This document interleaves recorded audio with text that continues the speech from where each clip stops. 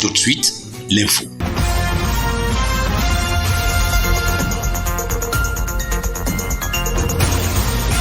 L'indicateur création d'entreprise est un indicateur important pour nous parce que pour qu'une entreprise investisse dans notre pays, c'est le premier indicateur auquel il est confronté. Voilà qui vient justifier toute la portée de la présente rencontre entre les têtes pensantes du ministère de l'Économie et des Finances, de l'Agence pour la promotion des importations et des exportations, l'APIES, les entrepreneurs nationaux comme étrangers du secteur privé et les hommes des médias sous le couvert d'un after-work. Rendre plus digeste le processus de création d'entreprises au Bénin à travers l'amélioration du climat d'affaires entrepris par le gouvernement de la rupture. Nous avons, grâce à vous tous, travaillé à simplifier un certain nombre de procédures. Nous les avons simplifiées, nous les avons facilitées, nous en avons supprimé certaines. L'initiative reste louable et très appréciée par ces derniers venus nombreux à cette séance d'échange. Elle vient d'ailleurs renforcer les nombreuses innovations entreprises par le gouvernement béninois. À la dématérialisation de la création d'entreprises s'ajoutent 3 nouvelles innovations, à savoir l'exigence de l'attestation de mariage est désormais supprimée pour l'élaboration de la carte d'identité et l'élaboration du passeport. Et il est également supprimé désormais la déclaration d'existence. La déclaration d'existence, elle est supprimée. Et pour finir, vous n'êtes plus désormais obligé, après la création, de vous adresser vers la Caisse nationale de sécurité sociale pour avoir votre numéro employé, c'est-à-dire pour vous enregistrer directement en ligne. Selon les responsables de l'APIES et ceux du ministère de l'Économie et des Finances, ces mesures viennent sans doute alléger la tâche aux entrepreneurs, d'où la floraison d'entreprises nouvelles observées ces dernières années dans le pays. La mise en place de la plateforme en entreprise PNPJ, liée aux efforts qui ont été faits par vous-même, par les différents groupes de travail, a permis en décembre 2020 d'avoir plus de 40 000 créations d'entreprises. Quant à la prétendue pression fiscale qu'évoquent toujours les promoteurs, il existe des réformes du gouvernement en vue de la normaliser et d'améliorer la suivi des entreprises. Une refonte du Code général des investissements et la délivrance dès le mois prochain des attestations fiscales en ligne sont annoncées comme mesures pour booster le secteur privé.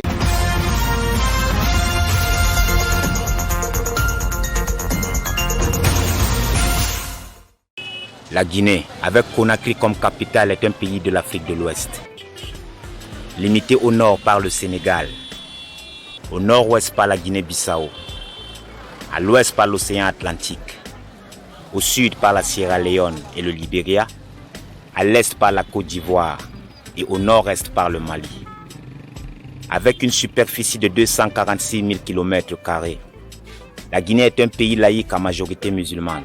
Et les fidèles cette année vont devoir effectuer leur carême, une obligation religieuse de 30 jours en pleine période pandémique du coronavirus.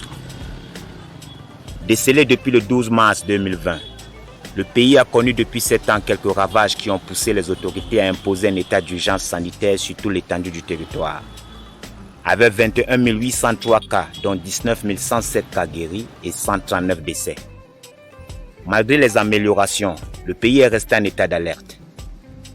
Ainsi, notre équipe s'est rendue sur le terrain à la rencontre des fidèles musulmans pour voir et comprendre comment ils géraient cette période de grand jeûne. Je suis Ba Alfaya, jeune entrepreneur. En cette période sanitaire, nous passons très bien le Ramadan. Bien qu'il y a des situations économiques qui se posent, n'est-ce pas, du côté du marché, n'est-ce pas, le panier du ménagère. Nous savons, nos mamans se plaignent. Dans des caroleurs camarades, moi je suis un peu à tout n'abéri. Moi, je suis un peu moi, tant pis, ça n'est pas loyal,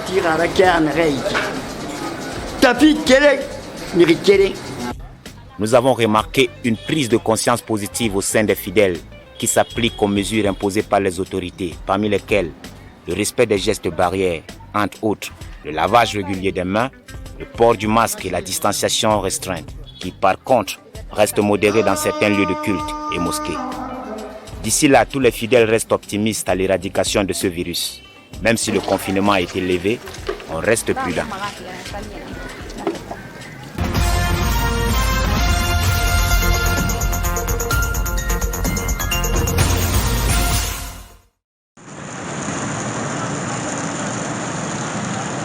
Le 1er mai est le jour choisi par les Nations Unies pour célébrer les droits des travailleurs. Comme dans presque tous les pays du monde, le Cameroun ne pourra pas la célébrer en raison de la pandémie du coronavirus.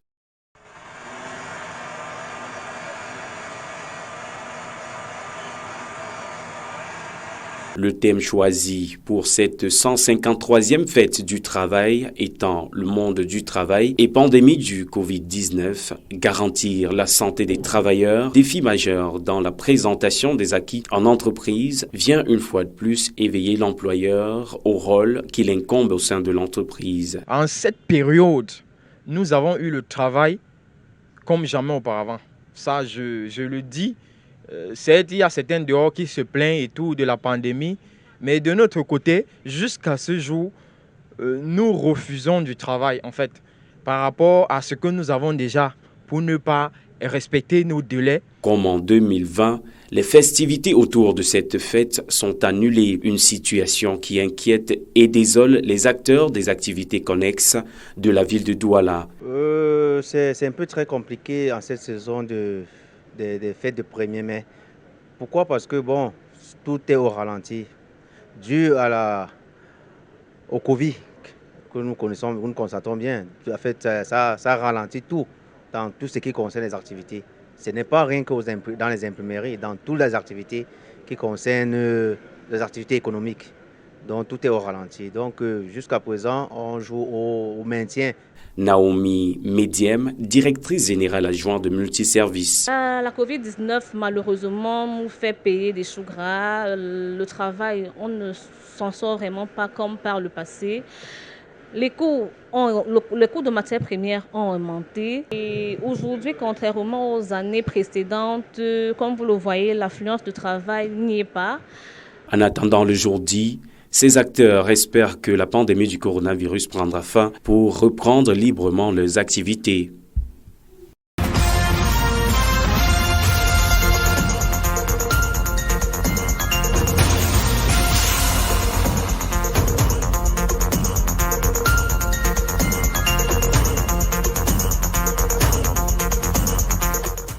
Riposte contre le coronavirus au Cameroun. L'heure est à une campagne nationale de vaccination Covid-19 visant à renforcer l'immunité contre cette maladie qui, à date du 31 mars 2021, a fait 851 décès sur le territoire national pour 57 337 cas confirmés, soit 51 769 personnes guéries.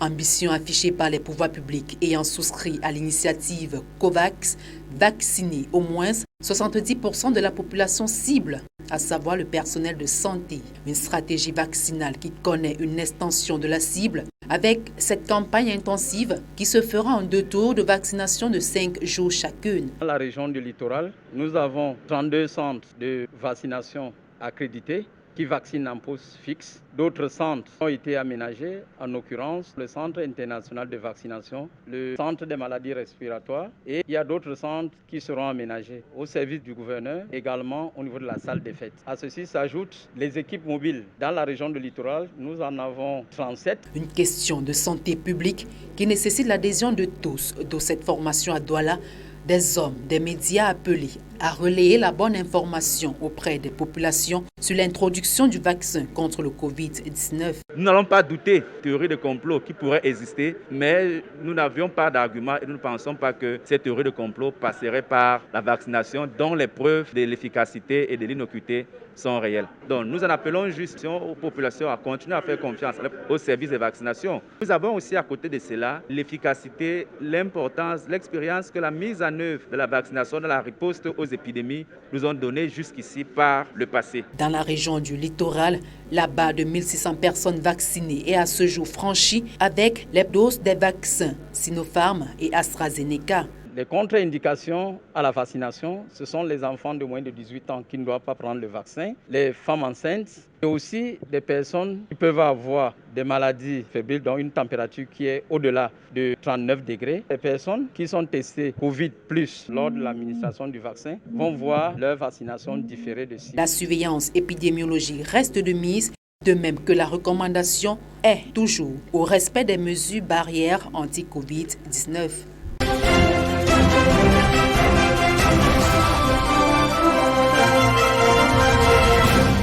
Dressed in yellow, these are members of Up Africa Media Group who have converged on their Aqua studio in Douala.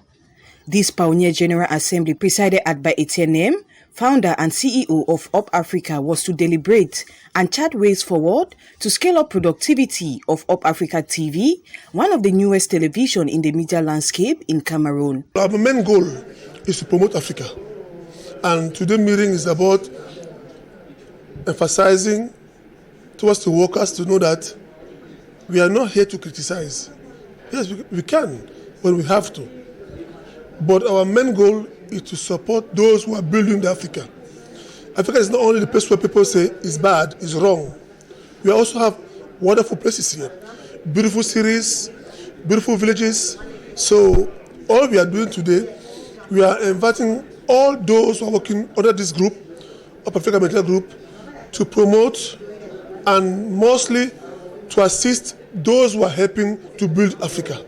During this conclave, attended by over 30 members of the Up Africa Media Group, the administrator of Up Africa, Jamian Rook, lauded the CEO for coming up with such beautiful initiative of having a Pan-African television that will project Africa and its rich cultural diversity to the world.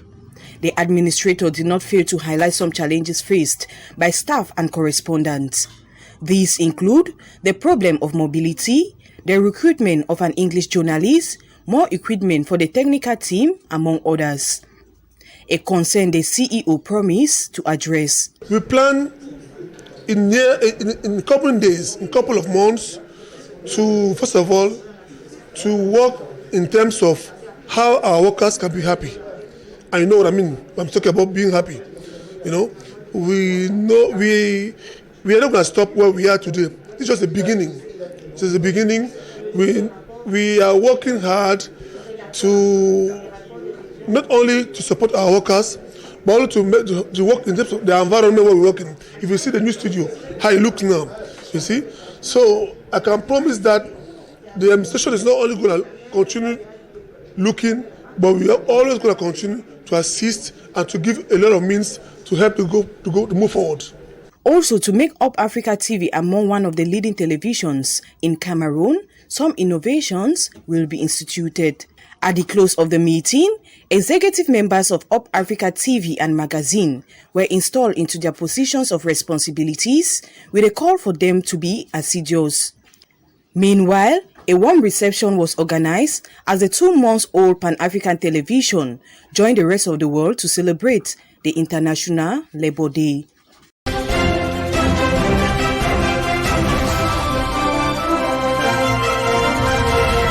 The Douala Advanced Vocational Training Center has signed a win-win accord with the Divisional Syndicate of Motor Repairs, Industrial Machines and Assimilated of Wuri.